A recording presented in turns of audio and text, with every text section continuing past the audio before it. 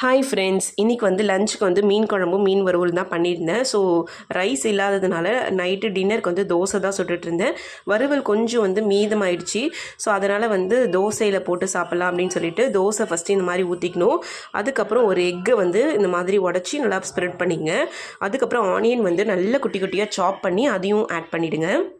ஃபிஷ்ஷை வந்து நல்லா முள் இல்லாத மாதிரி இந்த மாதிரி பிச்சு எடுத்துகிட்டு அதையும் வந்து இந்த மாதிரி ஆட் பண்ணிங்க. இது ஃபிஷ் ஃப்ரை தான் ஆட் பண்ணியிருக்கேன். லாஸ்ட்டாக கொஞ்சம் பெப்பர் ஆட் பண்ணியிருக்கேன். ஸோ எண்ணெய் கொஞ்சம் தாராளமாக ஊற்றி நல்லா வந்து 2 சைடும் வந்து திருப்பி போட்டு எடுத்திங்கன்னா சூப்பராக ரெடி ஆகிடும். மாதிரி நீங்கள் சாப்பிட்ருக்கீங்களான்றதை மறக்காமல் கமெண்ட் பண்ணுங்கள். இது வந்து கொஞ்சம் டிஃப்ரெண்ட்டாக நல்லா டேஸ்ட்டாக இருக்கும். ட்ரை பண்ணுங்கள் சாப்பிட்டதில்லை அப்படின்னா. ஸோ இதுதான் வந்து டின்னர் எங்கள் வீட்டில்.